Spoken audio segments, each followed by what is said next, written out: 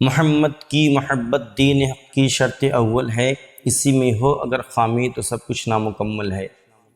اللہ تبارک و تعالیٰ نے قرآن مقدس میں ارشاد فرمایا، اِنَّا أَرْسَلْنَاكَ شَاهِدًا وَمُبَشِّرًا وَنَذِيرًا لِتُؤْمِنُوا بِاللَّهِ وَرَسُولِهِ وَتُعَزِّرُوهُ وَتُوَقِّرُوهُ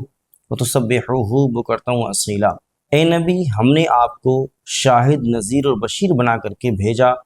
تاکہ لوگ اللہ و رسول پر ایمان لائیں اور نبی پاک صلی اللہ علیہ وسلم کی تعظیم و توقیر کریں، صبح شام اللہ کی پاکی بولیں۔ آپ ذرا غور کریے کس آیت کریمہ کے تشریح میں امام اہل سنت فاضل بریلوی رحمۃ اللہ تعالی علیہ نے کتنی شاندار تشریح فرمائی اور فرمایا، اے پیارے مسلمان بھائیوں، دیکھو کہ اللہ تبارک و تعالی نے اس آیت کریمہ میں تین جمیل باتوں کی کس قدر خوبصورت ترتیب رکھی ہے کہ پہلے اللہ تبارک و تعالی نے ایمان باللہ و رسول کو رکھا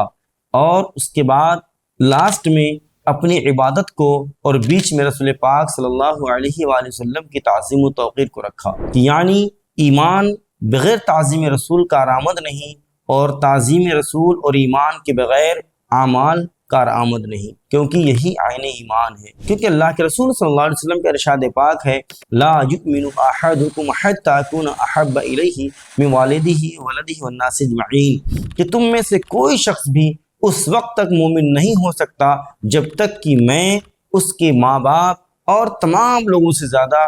محبوب نہ ہو جاؤں۔ جب ہم نے اتنی بات سمجھ لی کہ بغیر محبت رسول نہ ہمارا ایمان کارآمد ہے نہ ہمارے اعمال کچھ کام کے، تو ہمیں چاہیے کہ ہم اسی طرح محبت اپنے آقا سے کریں جس طرح قرآن و حدیث میں ہمیں محبت کرنے کا حکم دیا گیا۔ اور صحابہ و صحابیات رضی اللہ عنہم اجمعین نے آقا کریم صلی اللہ علیہ وسلم سے محبت کیا اور ہمیں تعلیم دی اور ہمیں سکھایا۔ ہم آج صحابیات رضی اللہ تعالی عنہن کا عشق رسول کس قدر تھا، اس ٹاپک پر ہم کچھ عرض کریں گے۔ آپ ذرا غور تو کریں کہ انسانوں میں جو برادری عورت کی ہے، یہ جب محبت کرتی ہیں کسی سے تو ٹوٹ کر محبت کرتی ہیں، اور صحابیات رضی اللہ عنہن نے آقا کریم صلی اللہ علیہ وآلہ وسلم سے خوب ٹوٹ کر کے محبت کی ہے، ایک ایک چیز سے محبت کی ہے۔ اس سے پہلے میں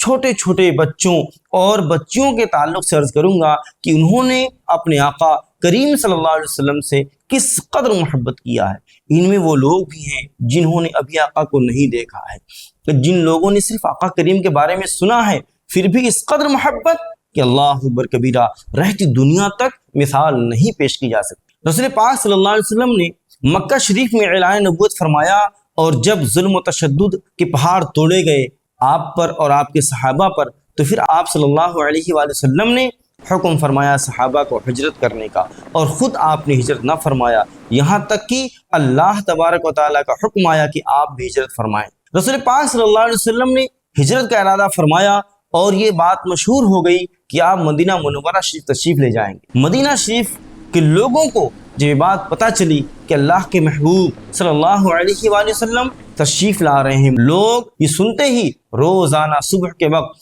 مدینہ شریف سے نکلتے، اس میں بچے بھی تھے، بچیاں بھی تھیں، بوڑھے بھی تھے، نوجوان بھی، سبھی باہر نکلتے اور مکہ شریف کے راستے پر جاتے، پہاڑی پر کھڑے ہو جاتے، دور تک نگاہ کو دوڑاتے اور دیکھتے کوئی آنے والا آ رہا ہے تو اور اگر میرے آقا ہوں تو ہم ان کا استقبال کریں۔ کئی دنوں تک اس طرح کرتے رہے وہ لوگ، محبت میں جاتے لیکن آقا کا دیدار نہ ہو پاتا تو واپس چلے آتے۔ لیکن ایک دن ایسا ہوا، ایک منادی نے اعلان کیا کہ اے لوگو، اے اہل مدینہ، جس کا تمہیں انتظار تھا وہ محبوب تمہارا عنقریب پہنچنے والا ہے۔ اتنا سننا تھا تو لوگوں کے آنکھوں سے محبت بھرے آنسو نکل آئے اور آقا کی محبت میں سبھی بالکل نچھاور ہو رہے ہیں، اپنے آپ کو نچھاور کر دے رہے ہیں۔ جب آپ مدینہ منورہ شریف میں پہنچے تو بچیوں نے آپ کا استقبال دف بجا کر کے کیا اور ان اشعار کے ذریعہ کیا کہ طلع البدر علینا من ثنیات الوداع وجب الشکر علینا ما دعا للہ داعی، کہ ہم پر وداع کی پہاڑیوں کی جانب سے چاند نمودار ہو گیا اور ہم پر شکر اس وقت تک واجب ہے جب تک دعا کرنے والے دعا کرتے رہیں۔ انہی پر بات نہیں ختم ہوتی، بلکہ جو پڑوس میں بنو نجار کی شہزادیاں تھیں، انہوں نے بھی آقا کریم صلی اللہ علیہ وسلم کی آمد پر، مدینہ منورہ شریف پہنچنے پر، انہوں نے بھی گلیوں میں اپنے ہاں گلیوں میں دوڑ دوڑ کر کے اعلان کیا، نحنو جوار من بن نجار یا حبذا محمد من جاری، یعنی اے لوگو سنو سنو، ہم خوش نصیب لوگ ہیں کہ اللہ کے رسول صلی اللہ تعالیٰ علیہ وسلم ہمارے پڑوسی ہیں۔ پیارے اسلامی بھائیوں، ہمیں بھی چاہیے کہ ہم اپنے گھروں میں ایک ایسا ماحول بنائیں کہ ہمارے بچے، ہمارے گھروں کی شہزادیاں، ہمارے گھروں میں رہنے والی ہماری مائیں اور بہنیں، سبھی لوگ اپنے آقا صلی اللہ علیہ وسلم سے خوب محبت کریں، کیونکہ یہی مدار ایمان ہے۔ بغیر محبت رسول کے نہ تو ایمان مکمل ہو سکتا ہے، نہ ہی اعمال کسی کام آ سکتے ہیں۔ حضور صلی اللہ علیہ وآلہ وسلم کی رضاعی بہن حضرت شیمہ رضی اللہ تعالی عنہا نے بھی اشعار کے ذریعہ رسول پاک سے محبت کا اظہار فرمایا۔ محمد الخیر البشر ممن مضى ومن غبر من حج منهم او اعتمر احسن من وجه القمر۔ جو انسان گزر چکے اور جو آئیں گے ان سب سے بہتر حضرت محمد صلی اللہ علیہ وآلہ وسلم، میرے آقا حج و عمرہ کے ساتھ پانے والوں میں سب سے اعلیٰ، بلکہ حسن و جمال میں چاند سے بھی بڑھ کر ہیں۔ سیدتنا عائشہ رضی اللہ تعالی عنہا نے بھی اشعار کے ذریعہ رسول پاک صلی اللہ علیہ وسلم سے محبت کا اظہار فرماتی ہیں۔ فَلَوْ سَمِعُوا فِي مِصْرَ أَوْصَافَ خَدِّهِ لَمَا بَذَلُوا فِي صَوْمِ يُوسُفَ مِن نَقْدٍ لَوَّامِي زُلَيْخَا لَوْ رَأَيْنَا جَبِينَهُ لَأَثَرْنَا بِالْقَطْعِ الْقُلُوبِ عَلَى الْيَدِ۔ اگر حضور صلی اللہ علیہ وآلہ وسلم کے رخسار مبارک کے اوصاف اہل مصر سن لیتے تو سیدنا یوسف علیہ السلام کی قیمت لگانے میں سیم و زر نہ بہاتے۔ اگر زلیخا کو ملامت کرنے والی عورتیں حضور کی جبین انور دیکھ لیتی تو ہاتھوں کے بجائے اپنے دل کاٹنے کو ترجیح دیتی۔ اب آپ دیکھیے کہ اشعار کے ذریعہ اور اپنے انداز میں لوگوں نے کس قدر آقا کریم صلی اللہ علیہ وآلہ وسلم سے محبت کا اظہار فرمایا ہے۔ ہم سب کی ماں سیدتنا خدیجہ الکبریٰ رضی اللہ تعالی عنہا کی محبت بہت مشہور ہے کہ آقا کریم صلی اللہ علیہ وسلم کی محبت میں انہوں نے اپنے پورے مال و دولت کو آقا کے قدموں میں ڈال دیا۔ آقا کریم صلی اللہ علیہ وسلم سے کے شادی سے پہلے وہ بہت مالدار ہوا کرتی تھیں، لیکن آقا کریم کے نکاح میں آنے کے بعد اپنے سارے مال کو، ساری دولت کو رسول پاک کے قدموں میں ڈال دیا۔ رسول پاک صلی اللہ تعالی علیہ وآلہ وسلم بھی سیدتنا خدیجہ الکبریٰ رضی اللہ عنہا سے خوب محبت فرمایا کرتے تھے۔ سیدہ عائشہ رضی اللہ تعالی عنہا نے ایک مرتبہ سرکار محمد رسول اللہ صلی اللہ علیہ وآلہ وسلم سے عرض کرتی ہیں کہ یا رسول اللہ، اللہ تبارک و تعالی نے آپ کو ان سے بہتر بیوی عطا فرمائی ہے۔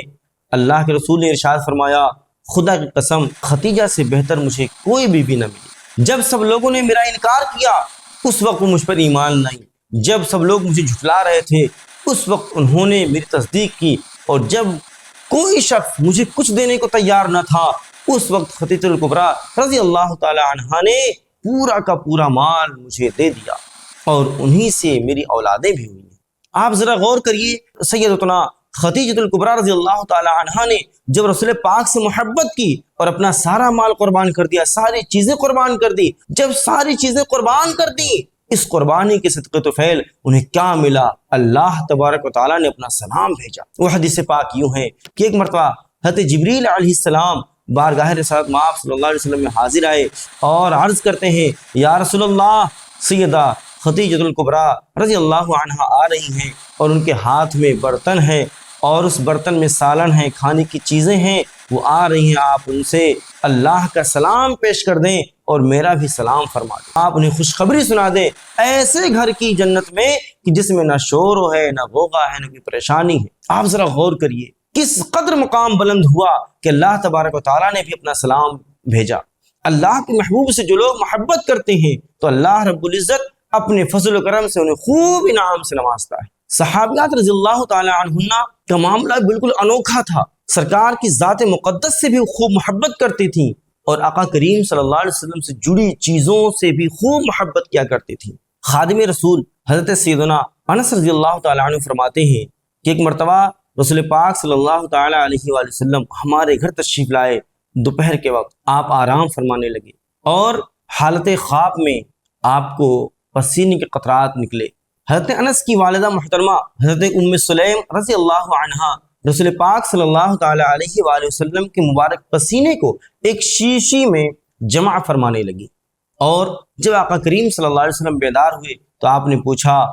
اے ام سلیم یہ کیا ہے؟ تو انہوں نے عرض کیا، رسول اللہ یہ آپ کے مبارک پسینے ہیں، میں انہیں اپنی خوشبوؤں میں ملاتی ہوں اور یہ تمام خوشبوؤں میں سب سے مبارک خوشبو ہے۔ اور ایک روایت میں یہ ہے کہ انہوں نے عرض کیا یا رسول اللہ یہ آپ کے مبارک پسینے ہیں جنہیں میں اکٹھا کرتی ہوں اپنے بچوں کے لیے اور میں ان سے برکت کی امید رکھتی ہوں۔ تو آقا کریم نے ارشاد فرمایا تم بہتر کر رہی ہو۔ اللہ کے محبوب بندے ہم سب کے آقا محمد رسول اللہ صلی اللہ تعالی علیہ وآلہ وسلم سے صحابیات نے خوب ٹوٹ کر کے محبت کی ہے، ایک ایک چیز سے محبت کی ہے، اس قدر محبت کیا ہے صحابیات رضی اللہ عنہم نے، اور ہمیں تعلیم دی ہے کہ ہم بھی رسول پاک سے خوب محبت کریں اور اپنے بچوں کو محبت رسول کی خوب خوب تعلیم دیں۔ اور جب یہ آیت کریمہ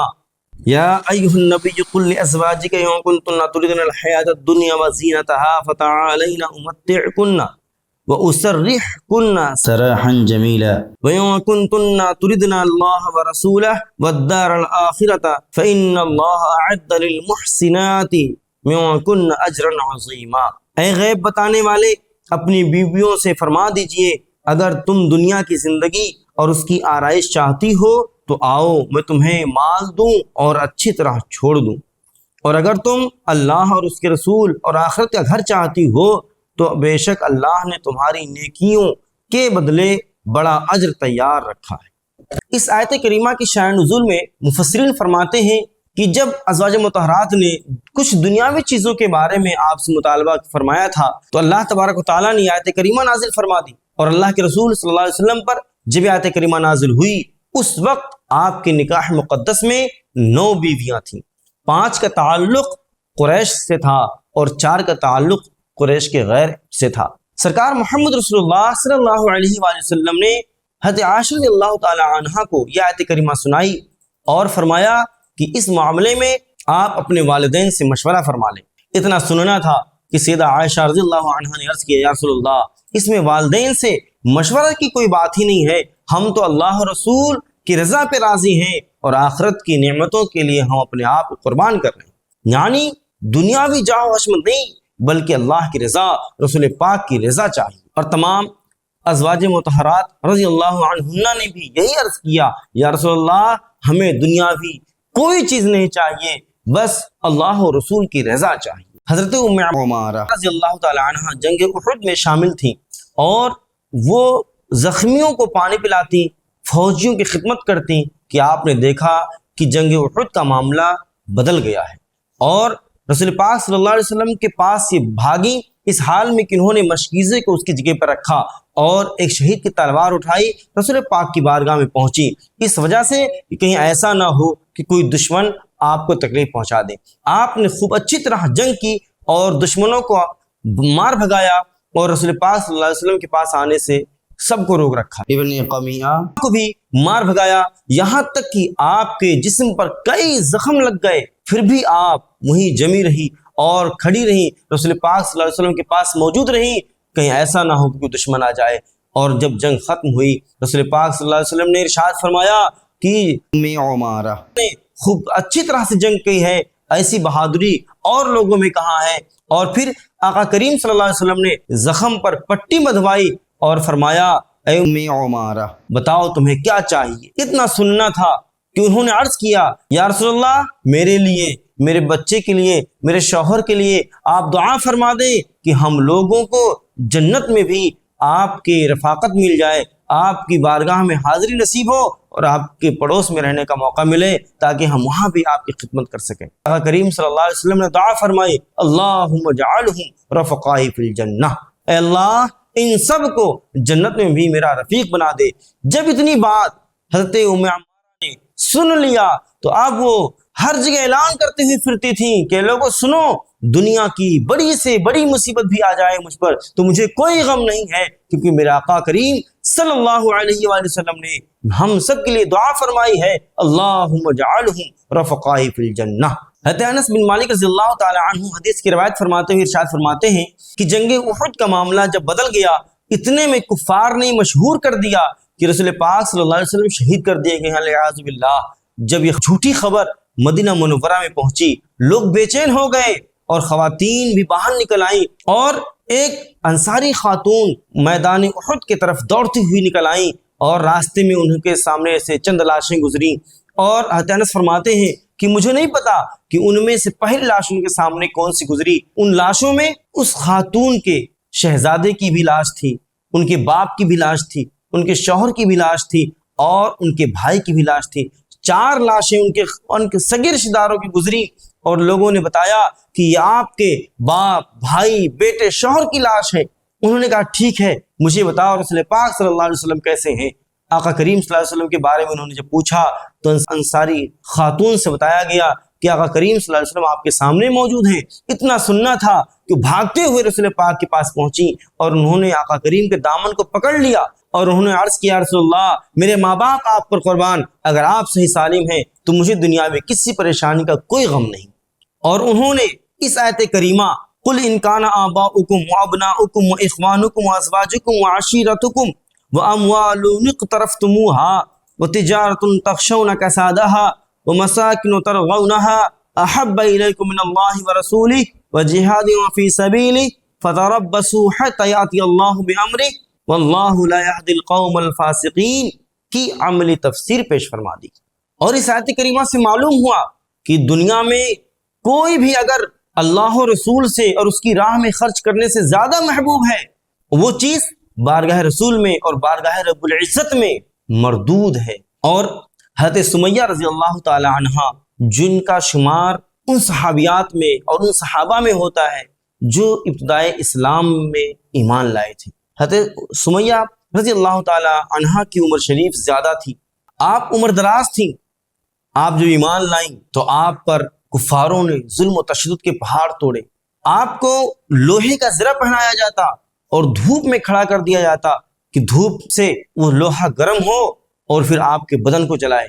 پھر بھی آپ حق بجانب رہیں اور ہمیشہ محبت رسول میں یہ کلمہ پڑھتی رہیں لا الہ الا اللہ محمد رسول اللہ. کتنوں ہی تکلیف دی گئی آپ نے ہر تکلیف برداشت کی اور اللہ کے رسول صلی اللہ علیہ وسلم کی محبت سے اپنے آپ کو سرشار رکھا. ایک دن شام کے وقت ابو جہل حضرت سمیہ رضی اللہ تعالی عنہ سے ملا اور ملتے ہی اس نے کہا اے سمیہ تم نے اپنے بیٹے اور شوہر کو بھی بددین کر ڈالا. اور یہ کہتے کہتے ابو جہل اتنا غضبناک ہوا کہ اس نے اپنے نیزے سے حضرت سمیہ رضی اللہ عنہ پر وار کر دیا اور آپ زخم کے تاب لا نہ سکیں اور آپ وہیں شہید ہو گئیں. اسلام کی پہلی شہیدہ ہیں جنہوں نے اسلام کی تبلیغ میں اپنے آپ کو قربان کر دیا. محبت رسول میں انہوں نے خوب تکلیفیں برداشت کی پھر بھی کلمہ حق سے پیچھے نہ ہٹیں. پیارے اسلامی بھائیوں آپ دیکھیے کہ صحابیات رضی اللہ عنہن نے اپنے محبوب ہم سب کے آقا صلی اللہ علیہ وسلم سے محبت کی ہے، کیونکہ کسی کا بھی ایمان بغیر محبت رسول مکمل ہو ہی نہیں سکتا. لہٰذا ہم سب کو چاہیے کہ ہم اللہ اور رسول کی پیروی کریں، رسول پاک سے خوب جم کر کے محبت کریں. وما علینا الا البلاغ. السلام علیکم ورحمۃ اللہ وبرکاتہ.